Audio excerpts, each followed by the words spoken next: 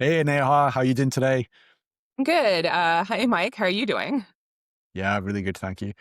So yeah, I guess we did our little video of this, whatever it was, 1 week, 2 weeks ago, and some people liked it and watched it. So I ponied up, paid for the Riverside premium plan, got a podcast set up, and yeah, we're gonna keep doing this. So yeah, thanks for joining me on the journey, Neha. Well, it's a pleasure. I mean, I'm really surprised that so many people responded to it. Like, we have these conversations all the time, and we just kind of figured we'd put this up. And so I think today I kind of want to talk about decision making. And you and I both had a lot of conversations around decision making and probably have a pretty low tolerance when it comes to letting a decision lie out for a long time, but also understand the necessity of building consensus, especially when you're working remotely and async. And so I thought it'd be fun for us to talk about like when to build consensus or seek input or decide unilaterally. And I was kind of curious if you have like any heuristics or if there's like any line where you're like, after this point, we have to go one way or the other. Yeah, I think my mind is like I tend towards trying to get decisions made quickly, I guess, and then iterating from there. And as a result, I find like trying to get like true consensus is very painful and slow and awkward. And like in all but the most diplomatic and happy, like-minded teams, it just can take forever, right? So like a little framework I liked in the past that I've been leaning into, and I'm interested in what you think about this, Neha. For a my first good manager, I would say in my career, a guy called Mirko Bohm, and his framework was essentially like the first thing he would do was ask what people think we should do, because if that matches what he's already thinks you should do, then great. And then it can be like not command and control. I Right. asked you, I did what the team thought, even though I was going to tell you to do it anyway. Yeah. Then step two is like if there's a misalignment, basically have like a time box discussion in which everyone's input is kind of heard or whatever.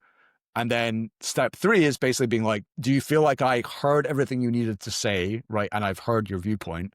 And once that's yes, or or you tell them that the answer is yes, then at that point say like, hey, it's my role as the decision maker to decide how we go. Like I've listened to what you said. We can always iterate and move on and blah, blah, blah, blah. But basically like we're going to do X and we're going to move forward from that. And like that, obviously based on how big the decision is, how long the time box is, how many people need to be involved in that conversation, but like having like a clear, almost like 3-step process like that. How does Yeah. that land with you? Yeah. I think it does. I think like I think about it a little bit differently. So when I'm trying to make when a decision needs to be made, right? First, I'm trying to understand and I'm pulling out pieces of what you said, but like in a different order. So, is this going to be a controversial decision, right? Easiest way to gauge that is to ask, right? And say, like, hey, what do you think we should do? And then if everyone says different things, then all of a sudden you're like, okay, we have some consensus building to do, or we have to time box it or whatever, right? I'm trying to understand, do we all have the same information, right? Because we're trying to make decisions, right, it's like based on the information that you know, and then like value system or priorities or incentives, right? Often we could have the exact same information, but my manager or like my counterpart has completely different incentives. And like once I understand that, I can get out of like the he said, she said, me versus you, and we can be like, okay, cool, these are the problems you need to solve and these are the problems that I need to solve, right? And so I'm trying to understand, is this going to be controversial? Do we have the same information? And then if I am a driver of a decision or an owner of a decision, right? Who do I need to hear from in order to feel like the proper expertise has been like revealed, right? And so I think that that's independent of building consensus. I think that making a decision and making sure it's the right decision, like building consensus or at least like transferring knowledge that everyone understands what we decided and why, sometimes can come before or after. And what I prefer to do is I prefer to have like the right experts in the room to talk about it and then find the right way to communicate. Here's what we're deciding and why. Here's the information that you might need to know. Because if you don't do any of that work, then they're just going to look at like leadership as making all these decisions in a tower, and no one is going to be able to grow or eventually make the micro decisions you need to do in engineering or in any other job that like would disseminate from that, right? And when they see this decision, they're not going to be able to follow it or understand how their work lines up to it unless they've done some of that processing. So I agree with you that like gauging, making sure you have the right people in the room, time boxing, right, are all really important.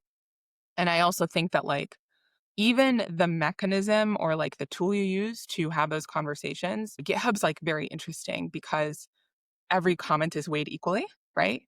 And so it's a place for everyone to announce and share and respond to issues or whatever, but it's hard to kind of get signal from that. So figuring out the better way to like get signal for a certain decision or to like take it to a doc or have comments, et cetera, might be a way to shift the power so that you can prioritize experts or even doing a meeting, right? That means that experts are in the room and you can have like a more intimate conversation.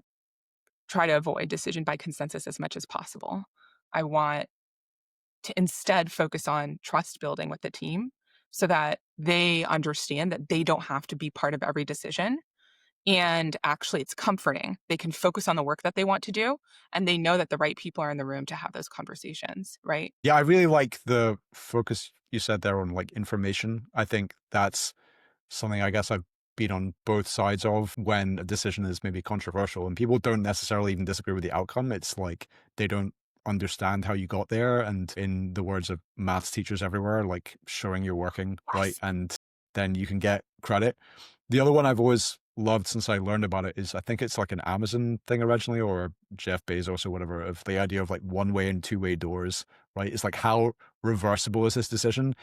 And like particularly with engineers, sometimes I find like I'll try and push towards much more aggressive time boxes on like two-way doors. If it's like, look, if we put this thing out there and it's like literally a click of a feature flag to get it back, then let's not spend our whole lives debating this, right? Where if it's like, you know, deleting a bunch of database backups, then it's like, yeah, okay, cool, right? We probably want to make sure we've got this nailed because there's no undo button. Also, even for like the way the team works or processes like that, those are often reversible decisions, but don't feel like that unless leadership says so.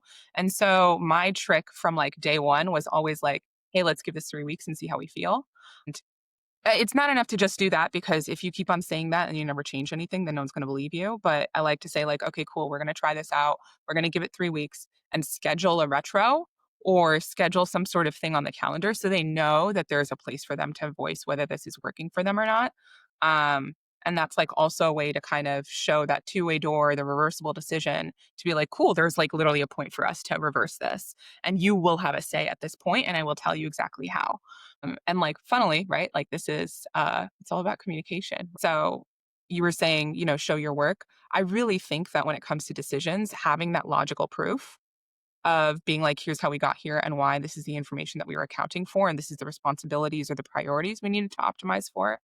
That is, it's not going to make everyone happy, but like people at least understand. And while it can feel like a lot of work to explain every single decision you do, if you're in an org of 500, 1,000 people, you're putting in 1 hour for everyone to be able to at least understand and move on, right? I think it's worth it every time. Yeah. I think the thing about this stuff as well is like where you're taking your input from and how you're actioning that and all of that. And I think something that's sometimes underestimated by people, I think, is the extent to which people involved with processes like this can show leadership regardless of their title or role or whatever, right? Because I think sometimes people go into these conversations and think like, oh, well, I'm talking with a VP, I'm only a, you know, senior engineer or whatever it might be. And then they like self-censor and don't say that.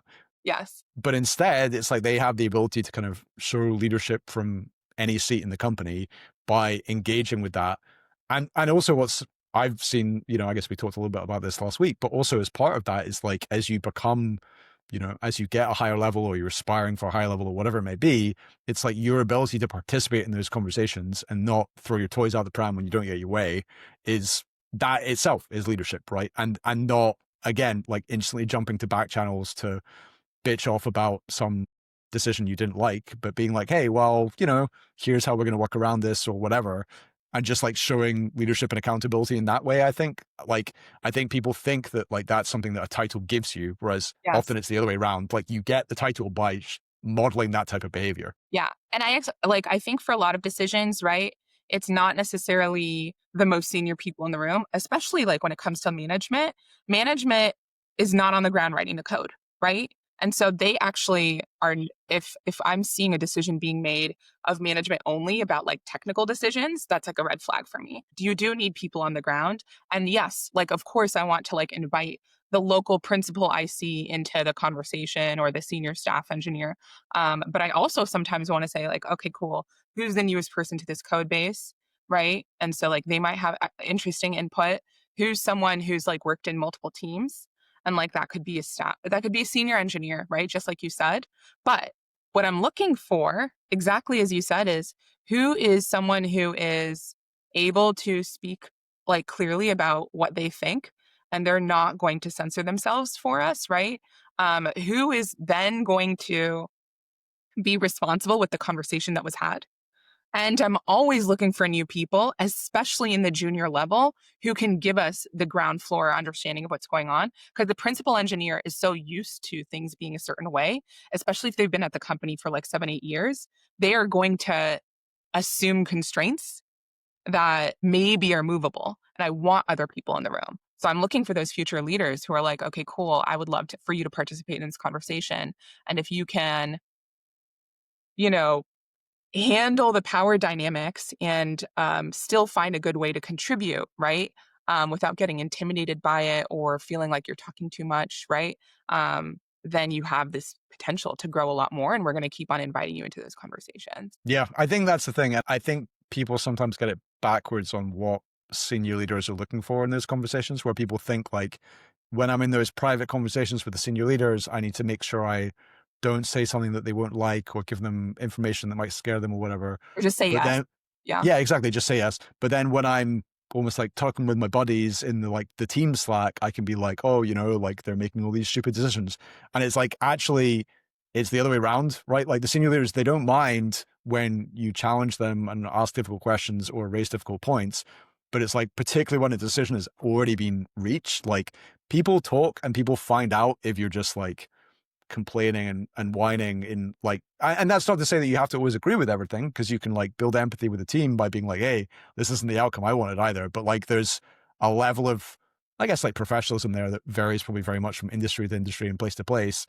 But like, again, like to me, like leadership can be shown through not just joining the complaining party and maybe being like, hey, like, well, here's another perspective or here's whatever, right? Yeah, I mean, that shit gets back to us, right? Like, I hear about it all the time when someone will say one thing in a meeting and then, like, go complain in another avenue. Like, very often that stuff comes back to us. And yeah, what we want, exactly as you said, is people who are saying, okay, you don't have to shut down complaining. Everyone needs a place to, like, process information in different ways.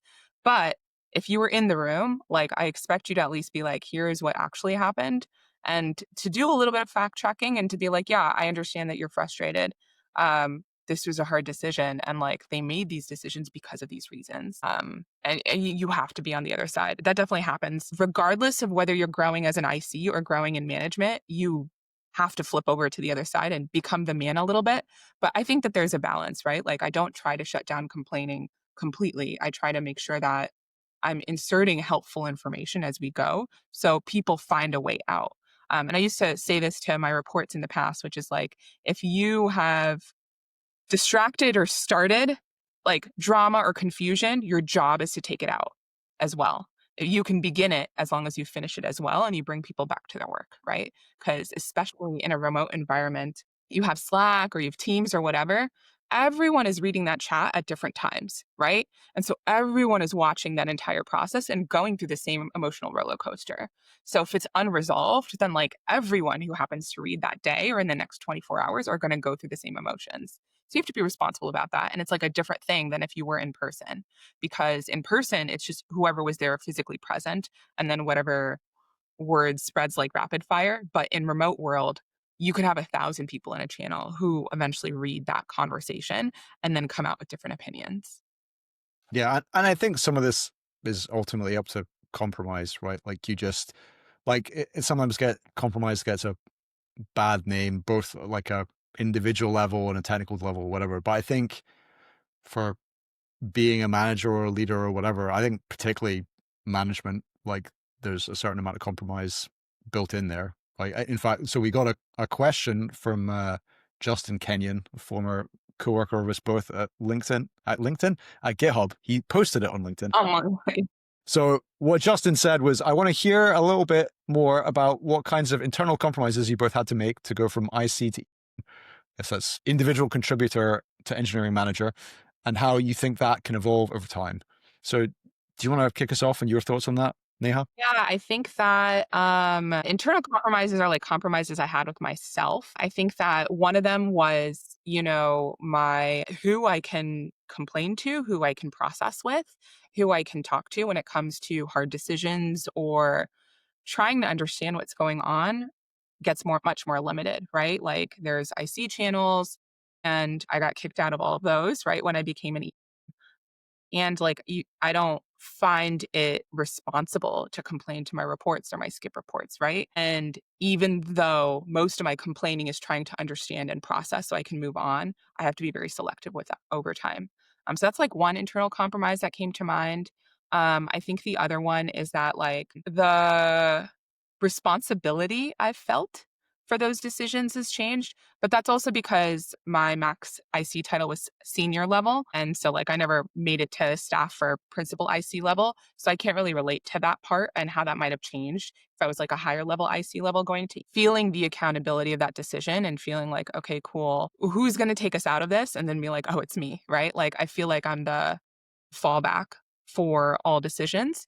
I don't that doesn't burden me. Actually, in fact, I find that very energizing. I feel like, okay, cool. I really pride autonomy and I really like enjoying having that ability of choice. And so I'm like, okay, cool. If this is stuck, I know that it's me that I can like go to and I need to go do something about it. And it feels very clear to me. So I liked that part. What about you? Because I feel like you went to a much higher senior level on an IC side. And so I think like for you, I see the EM was like a different touch point than for me.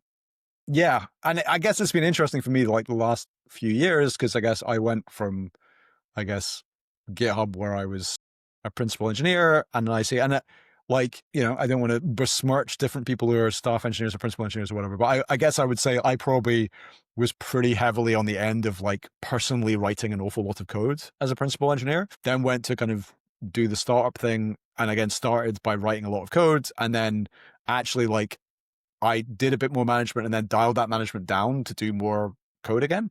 And then now I'm doing, I mean, in the kind of fractional CTO role I'm doing essentially no coding. I mean, occasionally I fiddle with the GitHub Actions workflow, but in some ways, like them being a Python shop, I did a work trial as like a senior engineer at another place recently that I kind of turned down, and they were also a Python shop. And I think in some ways it not being the most comfortable stack to me has kind of helped be a forcing function for like, I can go and write Python, I could get good at Python again, whatever. But like, because I don't have that instant familiarity with it, like I do with like Ruby or Rails or Bash or Go or whatever, like it really forces me to ask myself, instead of like, what would I most rather be doing, but like, how can I be the most impactful right now? Like, I always remember people saying that was their big, almost like transition to management light bulb moment. And I'm like, finally getting it after, decades of hearing it, is that,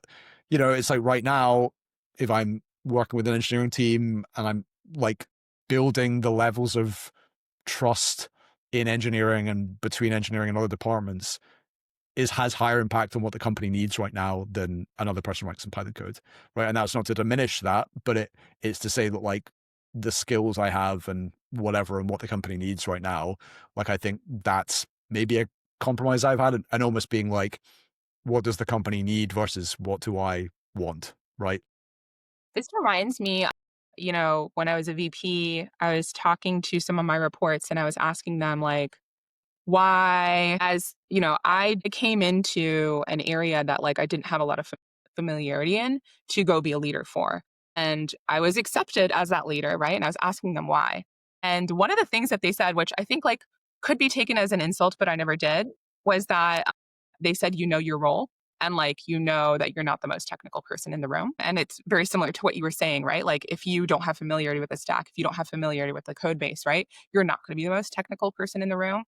And that's kind of an internal compromise in a way, is like you kind of lose that expertise and like you are reliant on other sources of information in order to make decisions. And you have to understand how to navigate that and you have to hold your ground, right?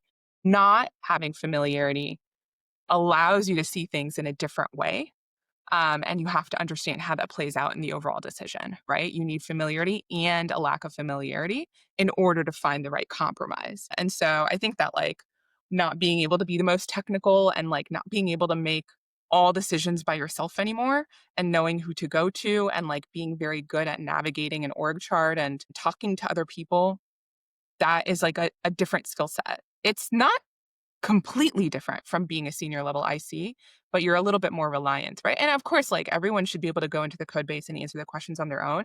You need to form your own opinion, but it's statistically unlikely as you go extremely high that you're going to be the most technical person in the room for a lot of the decisions that you're making.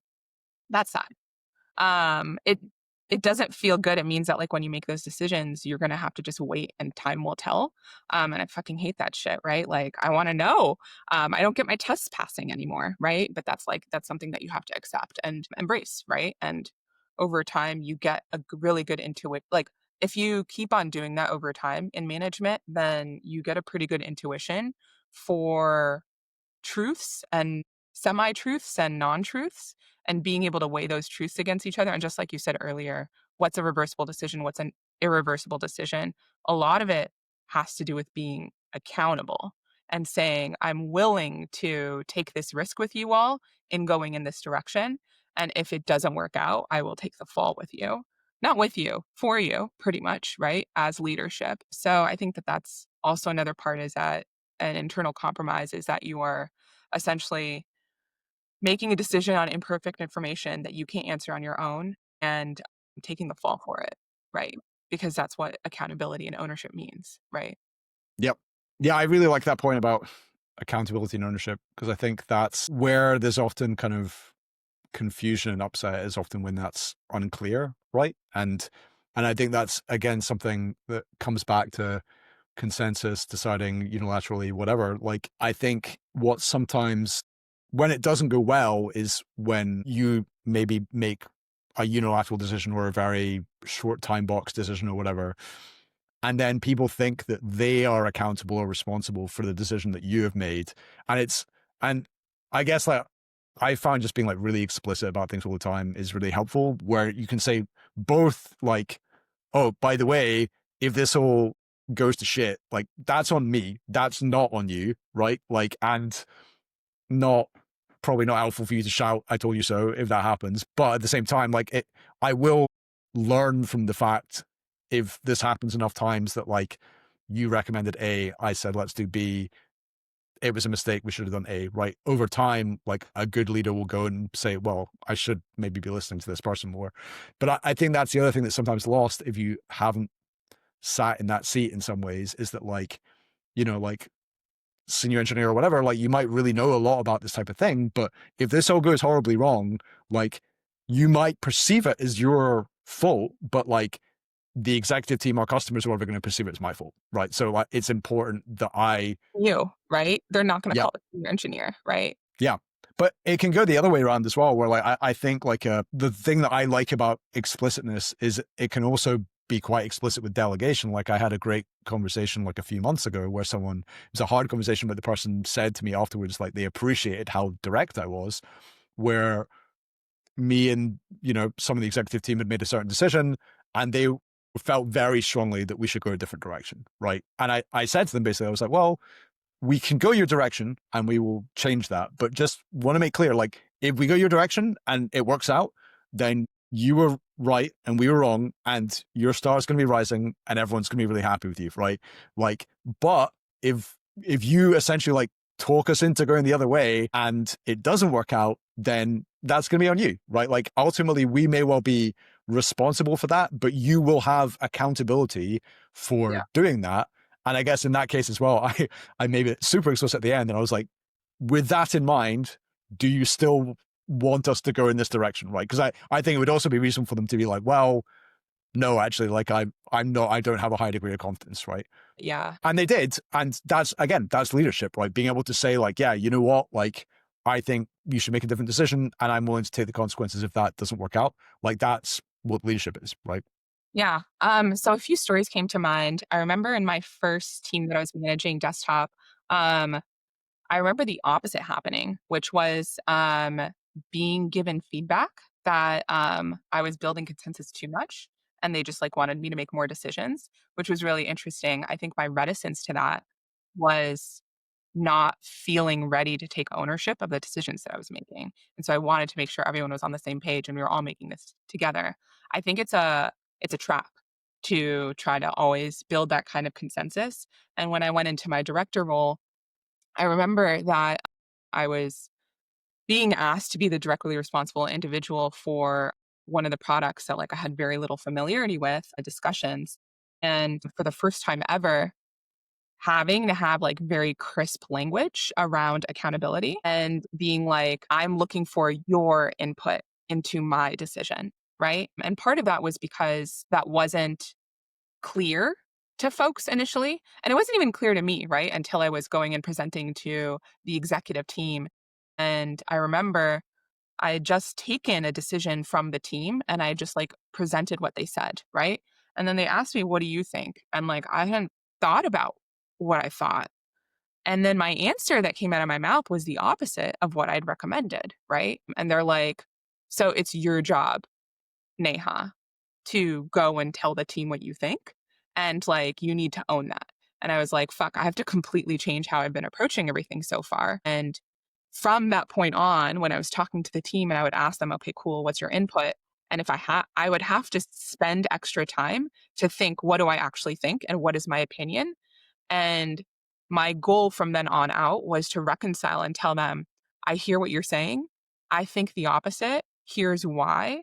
And try to reconcile that before I present it to the executive team instead of afterwards. I don't want them finding out later that I just disagreed behind their back, right? It felt so awful the first time around. And I was like, I have to completely change how I process this and how I block my calendar so that I have time to think about these decisions and to reconcile with people before I take them forward, right? Yeah, I really like that line. I think I'm going to steal that about like, this is, I'm looking for your input, but it's my decision, right? I think another thing, something you said before about kind of time boxing consensus, what it made me think like one of the things I really liked was relatively early in my career, I had a job where um, both me personally and to customers, I was like billed out a certain rate per hour, right? Like, and it transformed the way I looked at a lot of parts of my life because when I knew essentially what each additional hour of my time was after tax or whatever, it'd be like, okay, this task will take me 1 hour.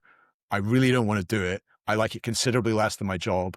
If I can pay someone to do it less than I can pay an additional hour, I'll go Mm. do another hour at work and then I'll just like pay for someone else to do this thing instead.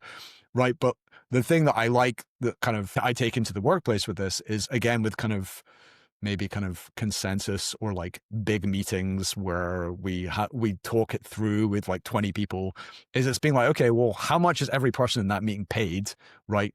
Are we spending when we're spending maybe like 90 minutes all debating this thing right live on a synchronous meeting where we videos on, like we encourage people not to multitask, whatever it may be. I'm being like, well, okay, we've just spent like $50,000 making that decision, right? Is that a good use of our It. money? Like, and sometimes it is, right? Like sometimes that's actually like, well, we're making a decision which could affect the company for like millions of dollars. Great. It only costs us 50K to make that decision. But I do think it's sometimes clarifying because I think it's very, I can't remember what it is. There's some law essentially about like things that are measurable, right? And we can go and often look at like the money saved or spent or whatever. And that's very concrete and measurable. We don't think about like 10 people earning roughly X amount of money in this meeting, right? Like, and that I feel like that helps sometimes illustrate the point of why a time box or a document might be better than meeting or all of these type of things, right? Yeah, especially in a remote situation, right? If you are people have the ability to read a document externally and then like process the information, and then we can keep the conversation inside the room or in the meeting to a minimum, right? Where we're just like having conversation about the most controversial points, right? I always try to optimize for something like that. And the other part is, especially if you're in an async or remote culture, decisions take like 3 times longer because of time zones, right? And so that's where getting having crisp language, having crisp documentation, having a very clear time box and the consequences of whether you miss that conversation or not, and like what you people need to disagree and commit and move forward, all of that really comes into play. And you need to be very clear about the culture you have on the team in order to make those conversations and keep the decisions moving forward. Yeah, I think this is something I've definitely found in working at a few places that have kind of done the remote thing post COVID, right? Like pre-COVID, places like GitHub and various other places I worked that were kind of doing remote work. It's, a lot of time and effort goes into like recording things and written documents and Slack and meeting up with your coworkers in person and whatever. And a lot of places that kind of just went fully remote post COVID were like, woohoo, we don't need to spend any of this money anymore. Right. Whereas I remember a GitHub HR person once saying to me that, like, look, when you weigh in like travel costs and home office equipment and everything like that, like our remote employees are not any cheaper than our like in office employees. Right. And ultimately it's like how you spend the money and how they're happy and whatever instead. And I think the biggest part for me with this is like just being intentional about, like, as you say, time zones and asynchronous working or whatever. I mean, nowadays, like writing documents and things like that is such a good source for collaboration. And with like AI, even more so, right? Like I don't use AI to write my blog posts. I use it to like suggest edits and I might use them or not use them or whatever. But like if I'm writing some internal plan for like, here's what we're going to do the next 6 months, getting just terrible bullet points into like an actual professional looking document that I still agree with. I read through it all before I would send it to anyone, all of that good stuff. Yeah, I just think like there's no reason really to not be doing more of that type of thing nowadays. And that building that written culture and async culture and remote culture just really pays dividends, I think. Yeah. All right. So I think we also have this question from someone on YouTube that I'm going to read out and see what your opinions are, Mike. So it says, with all the generative AI agents, et cetera, how would you construct a curriculum for pre-college students who are learning programming and computer science for the first time? Opening pitch is still to use things like Scratch, but bridge the gap by taking their sketched out wireframes, using AI to generate scaffolding, and then go old school and have them adjust by hand. So just trying to get some of your opinions on that, Mike. Yeah, cool. Awesome. Thanks for that. I think that was Justin Z for V on YouTube asked that.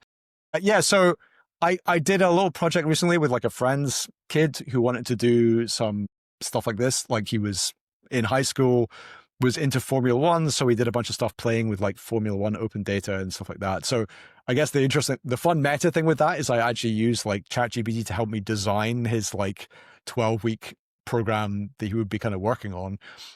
But yeah, but my guidance, I may be a little bit more conservative than the question asker here, where like I still think it's worthwhile basically writing all the code yourself while you're still learning. And what I said is to use ChatGPT and AI tools or whatever to like ask questions for about stuff like, what does this code do? And like, how might I do this? And I guess, people used to say this about Stack Overflow before ChatGPT, right? About like, you don't want to copy paste the Stack Overflow answer and just put that straight in your code base. But it's a great place to like read what other people are doing and then adapt that to do your. And I think it's the same thing here. Like, I think ChatGPT is amazing for, and I guess Copilot and, pick your tool of choice, like for being able to ask any question and get answers back, which are mostly right most of the time, right? Or certainly the same, a lower degree of error than you might get from a similar peer, right? And I just think like that's the good way, and to kind of push people towards lean on these AI tools as like a quick information source and a way that can kind of ask questions on your code rather than like leaning on these tools too hard to like actually write the code for you. I think that's more of a like, you know, senior plus engineer before you really want to be going all in on the kind of agentic stuff, for example. Yeah, I think that I agree because a lot of being able to evaluate what the generative AI is doing is based on an intuition that like you've kind of done a lot about yourself. I could see a world where like over time, right, as more generative AI, if that becomes really the core way of doing things, then we need to find a way to cultivate that evaluative skill. And so if I were generating a curriculum for pre-college students, I would use the AI to ask these kinds of questions so that our evaluative side of things gets more enhanced and like we train people to evaluate more. So I would also like use generative AI or just AI agents to help people understand the questions that they should be asking. And so you're kind of reversing the roles temporarily to train that skill so that eventually when you're in the reverse seats, you have like more of those skills around evaluating the code, being able to review code that you've never seen before, and really knowing what to look for. And I think that those skills are going to become more and more important over time. So figuring 100%. out how to use that now and being able to cultivate that is a different skill set. It's almost like writing an article versus like editing an article. Those are similar but different skill sets. Most people who are very good editors have written a lot of articles. We don't want to skip that part, but like also editing itself can be like a honed skill. Awesome. Yeah, totally agree. But yeah, so thanks for the question. I guess 2 Justins this week. If we can get any questions from people who are not called Justin, that would be great. Nothing against Justins, but we just want to have a diversify our pool here. Yeah, so drop something on a comment in YouTube or email me or Neha. You can get me at mike@mikemcquaid.com. And yeah, we'll be in your feeds with another episode coming soon. Yeah, Thanks let us everyone know for what you listening. have to talk about. Decisions was fun. Thanks, Neha. Bye. Bye.